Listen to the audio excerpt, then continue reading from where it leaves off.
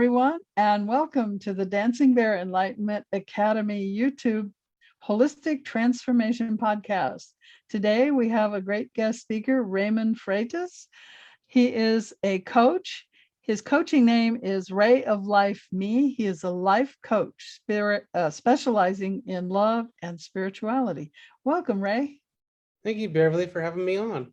Yeah, welcome. Well, we're glad to have you. So tell us your personal journey. Why is being a coach your passion? Well, it's funny you asked that, Beverly. Ever since I was a kid, I always thought was meant for something bigger in life. Even at age 5, 6 years old, I look at the sky and always wonder, is there something else out there? And as time goes on, I went through a very traumatic childhood. My parents divorced at age 5, and I went from one house to the other, and I had to deal with a lot of emotional issues at school, a lot of bullying, teasing, and even wherever I went, I just never got out of bullying and teasing, just everywhere I went. Finally, at age 16, I lost my grandmother, and right when I lost my dad's mom, who had Parkinson's, my desire to help people just increased. But as my desire to help others, I started to mentally decline, and I got into a mental hospital. Over the couple of years, I started to research what happened to me. What exactly really happened to my mental decline in high school? Because even though I was in college and I graduated from high school, I was able to succeed with this problem that I had, was also giving me self-esteem issues and self-doubt about what I could really do in the world. You know, would I actually ever be able to get married? Would I be able to work? Would I be able to have children? Because I now have some sort of illness. So keep in mind, when I was 17, I was diagnosed with a mild case of schizophrenia. And over the years, I've been diagnosed with a mood disorder and also anxiety disorder. Well, as I graduated from college, it was time to get a job, and my mental health declined there because you lose your structure. You don't, this is a whole big world. What do I do? What exactly do I do? And I realized that my college did not prepare me for the world. They just did not give me enough skills to succeed in the real world. So I ended up actually becoming a substitute teacher where I could apply my knowledge and my profession. And I was a tutor all through Merritt College. People came specifically to see me. But during that time, you know, my grandmother and my dad had health issues. I had to caregive so many hours. You know, my dad almost medically died twice in the hospital room. My grandmother has had two near-death experiences the last couple of years. And then I had to develop a relationship with my wife at the same time. And I realized that my struggles with my family and at my job and not being aligned with what I wanted to do for the rest of my life was impacting my relationship with my wife. Well, at that time was my girlfriend. So I said, I got to get back into therapy and address my childhood challenges and my traumas. Mm-hmm. That happened, and I was in therapy for about 4 or 5 years, and I was getting better. And it wasn't really until I joined and started getting into personal and professional development through Toastmasters and life coaching school that I realized this is going to get me where I needed to go. This is important work. And it just so happens that quarantine, everything's down. I finally got married to my wife, and we had a great celebration. And all of a sudden, I'm like, what do I do now? I lost my substitute teaching job for a year. So I read books. I invested in personal development. I went to Toastmasters, got involved with their things. And I just kept going out of my comfort zone because for years and years, I was afraid to do that because I thought something was going to happen to my mental health if I did too much. And I've learned to time prioritize. I've learned to get to the root of my issue. And that's what I learned at life coaching school is when you get to the root cause of what's causing our emotional challenges, everything gets so much better on a spiritual level. So during quarantine, I was able to really focus on me, and that's when I decided to start my life coaching journey. I really believe in this because I can apply my knowledge in one area. I can educate, I can speak, I can motivate, I can inspire, which I've been doing as a substitute teacher for 8.5 years. I might as well do this on my own platform. And that's what led me to life coaching. Is I've gone through these challenges, and since my spiritual awakening, I just feel so much free, and now I'm entering into a different level of consciousness, which I'm teaching to others right now. Mhm. So, what kind of people come to you for help? Is it marriage counseling type help or what? I've had marriage. I did help someone with his marriage back in uh, let's see, back in November of 2020. He was on the verge of a divorce, and in 3 months, I'd say in 4 weeks of working with me, they were already planning a trip to Hawaii. Oh, that's nice. I don't know how. I asked him the first conversation. I said, "Well, what's best case scenario? Best case scenario, I get my wife back. What's worst case scenario? Well, she still keeps the money she took from me, and I get a divorce. I have to sell the house, all this stuff." So we took it one step, one day at a time, 1 week at a time. And within 4 weeks, he had opened himself up like a clam, and he got his wife back. And so there's those clients. I also get some spiritual clients every now and then. I've done a little career, I've done a little business, because that impacts us spiritually too. But I'm just actually now starting to pivot only to relationships and adding all of those programs into one. Cool. So what are the greatest challenges you've been facing? Challenges in my life or in my business? No, in your business. I don't, I think as long as you're learning Mhm. in this journey, there are no challenges. Cool. Just Um, to learn. yeah, I mean, to me, you give up, you only fail when you give up. Mhm. And it's been a learning journey for me, and I love learning about business and coaching. And my wife just started a business too, so I'm helping her with her business too. And um, to me, it's just a learning process. And there's hiccups, there's challenges, but I guess the biggest challenge right now is caregiving I have to do for my family, Mhm. because I run my business. If I'm not available to run my business, the business is not ran. So eventually, as time goes on, I like the business run itself, have other people helping me with it. So right now, the greatest challenge is family, but I've accepted it, and I the business will always be there, family won't. I think that's a big challenge for most people today is running the business and dealing with family and relationships and all of that stuff that goes on. So most of us in our business, we have some kind of goal or aim that we want to achieve with society. What is yours? My biggest goal is to be speaking to large crowds within 10 to 15 years. So as a motivational speaker, I want to be speaking to people not to the fears of their minds, but to the love of their hearts. I Mm. think we have so much fear being taught these days, and a lot of evil forces running things in the world. I just want to be a beacon of light and hope to the world, and just to spread my message of love to others. And to realize that, as human beings, we all want the same things in our life. We all want to be successful. We all want to raise a family. We all like the same sports teams. We all like the same music. Why are we focusing so much on the differences when we should be focusing on the similarities that we have, and accepting Mhm. people's differences, and understanding that America has always been diverse and will always be diverse, but even the world. But that's as a motivational speaker. As a coach, I'd like to really uh, bring divine consciousness back to the relationship components Mhm.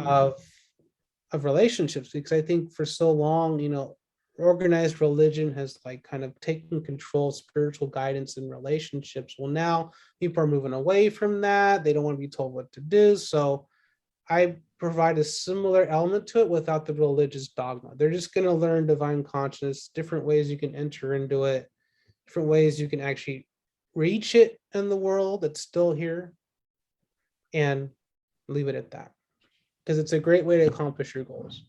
Right. So is that like a form of meditation that you use or what? Part of it is a little bit of meditation. Part of it is energy-based healing and divine sense of healing. I use the divine to heal. A lot of my healers do that. I have 5 energy-based healers that use different methods that can help with the divine, the Akashic records, angelic healing. But but I also teach, really how to utilize prayer in a good way, how to utilize meditation in a good way. Mhm. And if you're in a situation like myself where you have a lot of distractions, find someone that can help you with guided meditations. So you can really, if you have a hard time doing it on your own, then find someone that can help you do it. And because that's what hypnotherapy pretty much is guided meditation. So I do that. But also it's really about the spiritual education they will receive in my group coaching. It's things they can do right now. Part of it is I think nature is a great way to express, and what is it? I think hiking is a great way to go out and do something with our partners, because one, nature has a very healing component Mhm. to it. Yeah. And so I'm in the process of trying to figure out when to start a nature's workshop for couples, because the hiking up here has gotten so popular over the last 2 years. So I think it'd be a good thing to do. But right now, family is number one for me. Mhm. Well, family is very important, and the whole family structure, at least in this country, has been broken down Yep. terribly. Yep. Yeah. Absolutely. And although, one might say I was blessed that my parents never got divorced, or you could say I was not blessed because they didn't and should have, because Right. they never got along. Yeah, my parents don't get along, but I think with most marriage that end in divorce, one, they get to a therapist when they're just so damaged and the therapist can only do so much. Two is we make decisions off of our emotions in the now. And then, because even a year after my mom divorced my dad, she asked to come back. She made a mistake. And my dad goes, heck no, you're not coming back. You took everything out of my house. I had nothing. I was up at the spoon. So no, we make decisions off our emotions all the time. Road rage. Or I always say someone's true personality comes out in the game of golf. Oh, really? Oh yeah. Why is If that? you're impatient, if you're mad all the time, Uh, that's going to show up at the golf course. Same uh, thing when you're driving. If someone cuts you off and you follow them, that's your true character. oh, you follow someone if they cut you off? Well, if someone does, Oh, no, I've never done that. that's not your true character. But I always feel how you drive, kind of, if you're very patient, laid back, you're probably going to be a very patient, laid back driver. If you're kind of aggressive, that means you have aggressive personality, if that makes sense. Interesting. Yeah, I look at how people drive their shopping carts at the grocery store, and I wonder if they drive the way they push the cart. Oh, I don't know. Like I say, never be in a hurry to accomplish anything. It will be good. It'll get done when it's done. Yep, I agree with that. Cool. Um, so, do you have any particular secrets that you use or techniques for your coaching style that you want to share? Well, honestly, I use tools from every type of guidance I've been given in my life spiritually. So I do coach, but then I instruct off the answers they give me. And I do add sort of like a pastoral care type way into my coaching. So it's Mhm, very calming. And I've been known that my words are very healing and my presence is very healing to people. mhm, So I'm listening, I'm absorbing, and then I give feedback. And so I'll coach until a point I don't have to coach anymore. Then I can give that similar spiritual guidance that people would endure or would have for the hundreds and hundreds of years, which is now going away in society. So I include a little bit of that. Um, Couples that sign up for me will see me 6 times a month, 4 in group coaching. So they'll have a community of other couples around them. And 2 times during the month, two on ones to help them with their individual goals, because they may want to tell me things they don't want to share with the group. So I always do a hybrid. mhm. They also get energy-based healing to get to the root of their issues. and record. So I have biomedical therapy, I have emotional code heart-based therapy. They have the option for that. Angelic healing they can do. There's we could do the Akashic records. There's a lot of things we could do if they're interested in that. And meditation, and of course, it's all healing at the end of the day and growth at the end of the day. And of course, I'm teaching divine consciousness now to become more inner peace with themselves. Nice. Yeah, divine consciousness is very important. Oh, and they get a love language gift if they complete the program. What's that? Well, whatever the love language is, I have to connect with my connection to help with that. So I can't tell them, but a love language gift, she makes gifts based on someone's love language. So if your love language is words of affirmation, she'll make a gift based on that. Or if your love language is physical touch, she'll give you a gift based off of that. So they get that if they complete the program, and they get a Ray of Life certificate of completion. Cool. So they get a completion. You completed my program. So, and if they want to stay for 6 months longer, it's not even that. It's a small fee, to continue on. Do people need to continue on frequently? If they want it, yeah, but usually they're good after 6 months. Usually they don't need any more. And the one relationship coach client I had, he was good after 3 months, but for a couple, they're going to need 6 months. Nice. So how can people learn more about and get hold of you and more about your work? Well, I'm on Instagram. If you're an Instagram user, you can message me at Ray of Life Me. You can follow me on there. I'm also on Facebook, so you can see Ray of Life Mirrors and Spiritual Empowerment on Facebook. You can message me on there. I do have a website called rayoflifeme.com, which will take you to all my social media websites. So I have my links in there, and I do have a YouTube channel, but it's a work in progress. I just have a few videos on there. But yeah, if you want to get a hold of me, I'm out there. So for you on YouTube, the links will be down below. For you listening to the podcast, it's Ray, R-A-Y, of lifeme.com. And I'm sure that from the webpage, you'll be able to find his other social media links. Mm-hmm. So Ray, do you have any closing remarks for our audience? Well, I know this is primarily for people in the holistic side of things. My thing is, you're already on a good path. You're doing holistic measures to really help yourself. And for me, energy-based healing is holistic. So if you're having some sort of struggle in your relationship, and I'll tell you, like when I started my business, my wife and I had a lot of arguments because she was still in 9-to-5 mode. I'm going to start a business. So if there's any holistic practitioners out there who are just starting and they're having issues with their family, I could definitely add some guidance with that, because that's what I've been in there the last 2.5 years. It wasn't until my wife started her business, I said, this is so amazing, that she apologized to me. Yeah, most of us grow up in you have to go work for somebody 9-to-5 or 8-to-6 or whatever. Yeah. And so it's like my dad and my mom, well, I mean, just get a job. I'm like, there are people who have jobs now and are not making a living. Right. I mean, I get there. I mean, Bev, there's people that are making $60,000 a year, which 10 years ago would have been good money. They're going to food lines because they're paying rent and they have no money for food. Yeah. It's pretty. Yeah. It's tough right now for many people. So can you really afford to go through a divorce right now? Let's put it that way. No.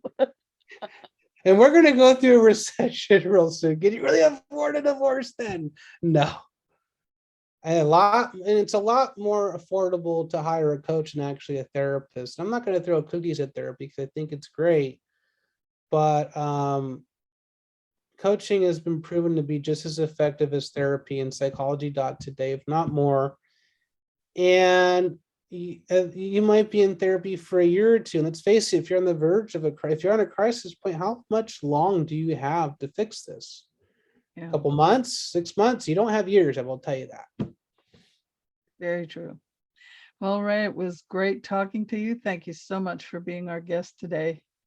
And everyone, remember to be the light you want to see in the world. Thank you, Beverly. Welcome.